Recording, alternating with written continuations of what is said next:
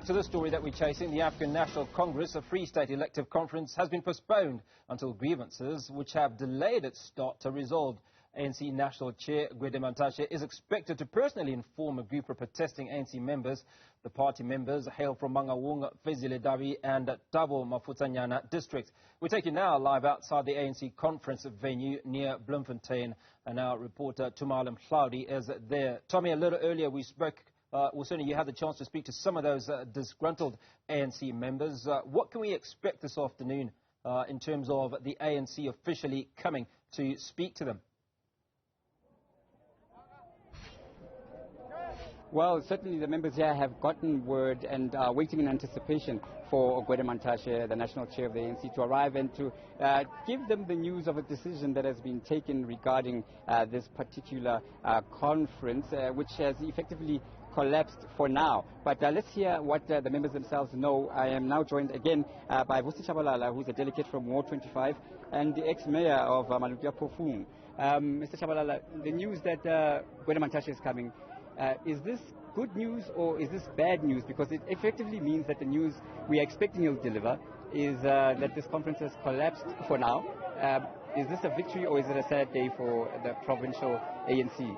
Well, what we appreciate, this is part of the process of the organization. Remember, in every organization, the senior leadership is the one that will always cry on when there are problems. And I think it's a good gesture, and we really appreciate, because we were only told now that he is one of the officials that are here, Comrade National Chair, Comrade Mantashe.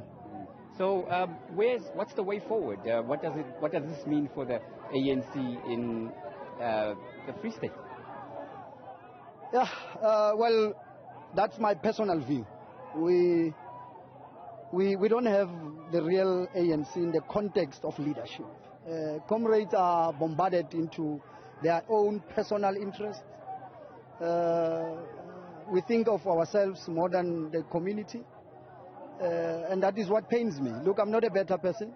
I might have done my mistakes, but I'm saying the organization is the organization of the people. It's not anybody's organization. That is why it's important to respect one another in the movement. Of course, Mangaung is such a critical place in the history of the ANC, the founding area. Is this not such a sad day for the history of the ANC, that in this particular context, and as it of course celebrates that milestone in terms of its centenary, and what does one say? Really, what you are raising is very sentimental. It touches me because we tend to forget that important fundamental phenomenon of the ANC was born here, and we don't even respect that as members of the ANC. I'm saying we are respecting the leadership that has been appointed, but the very same ANC, the very same leadership must be the one that respects the branches.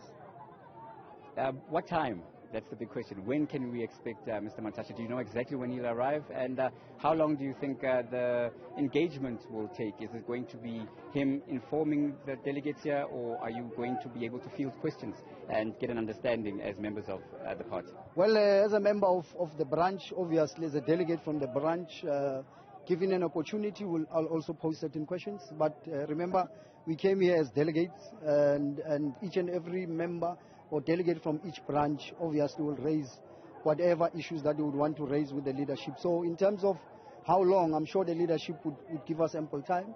And we have also been briefed now that at 5 o'clock, if I'm not mistaken, the registration will be starting at the same venue that we were this morning. So I think we'll take it from there. But we really appreciate the fact that the leadership is coming down to the branches, not these other leaders who were here deployed in this province, showing arrogance and not thinking about the problems of the branches. So I'm disappointed, and then I will gauge them one day that we don't have to be leaders that deepen the problems of the ANC. We can't be.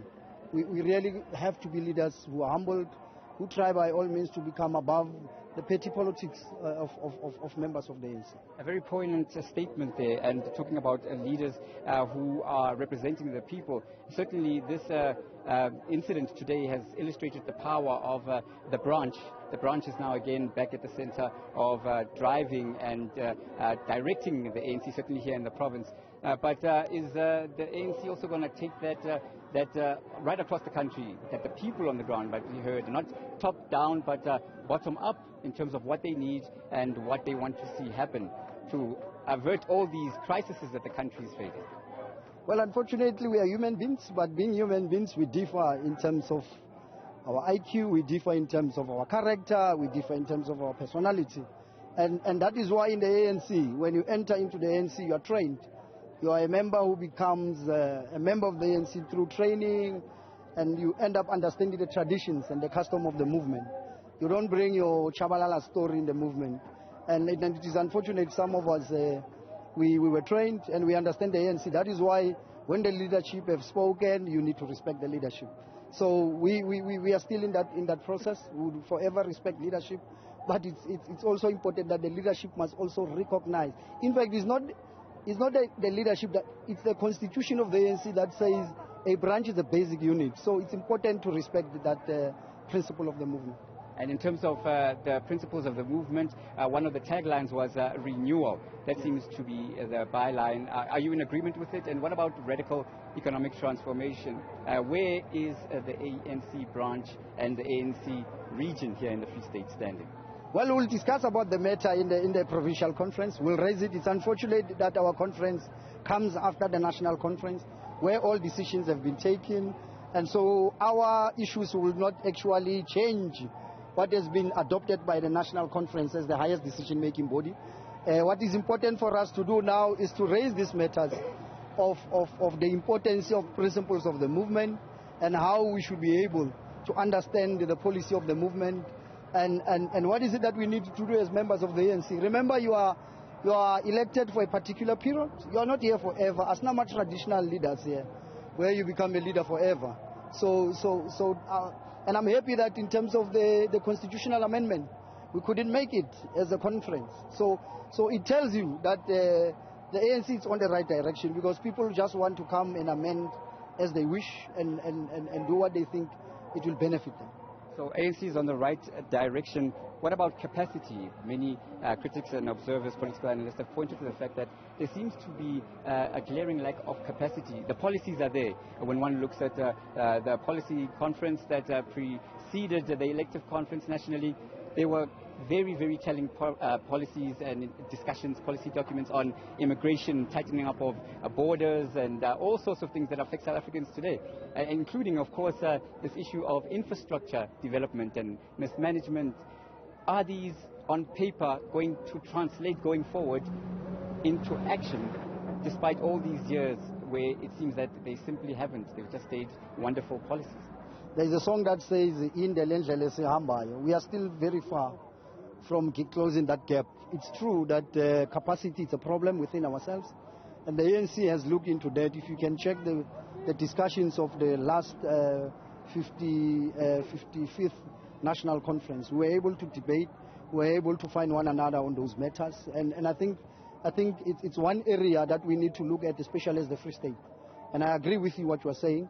You're raising the most fundamental issue, that we need to look into the capacity, and again to place the right people at the right positions. That's where we are lacking capacity. If I know myself I'm good in organizing, the ANC must deploy me there. They cannot put me in a position where I know I'll not be able to reach out and do best. So it's important that we look into what you are saying, and I hope that as members of the ANC will do the right thing. We need to have the leaders of the ANC that will be able to take the decisions. Free State, it's going down. The economy of the Free State is going down. People are hungry. There is a high level of unemployment of youth. And I always criticize sometimes and tell people that we are still behind in terms of 4IR. You go to other countries, Sierra Leone, they are now doing they are at the level of 5IR. We are still behind, and we can't be donating laptops and giving laptops as leaders, and we think that we are contributing towards the fourth industrial revolution. So those are the issues that we need to really look into. I might not be the best leader, but many brains, at least in the ANC, can assist the movement to go forward and help in the need of our people in the Free State. And when we talk about 4IR, we still have children sitting underneath trees and falling in pit latrines. The bucket system is still prevalent. We still have a litany of unfinished projects right across the province, including homes that are falling apart, while, of course, those that were built under the apartheid era are still standing. We have asbestos on roofs that are supposed to be. So the Free State represents quite a large number of burning issues, including race dynamics with farm, land redistribution, many failed projects, including the Estina dairy farm project that was supposed to be, of course, a turning point in many regards. Will the direction that you want to take as the ANC lead to a change? Because, of course, we saw in the local government elections that the voters spoke with their ex. Many didn't even turn out. What is the way forward? Unity, or how does it end for the ANC? I think what we firstly need to do, because the ANC is still in charge in governance, it is important for the ANC to correct itself. Would never be able to lead 2.7 million people when the ANC is still confused.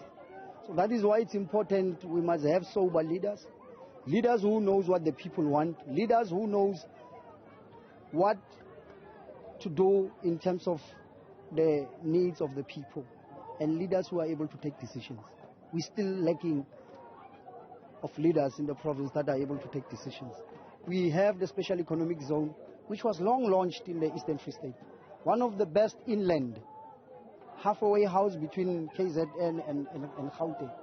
But leaders of Free State still today don't see and realize the importance of that development.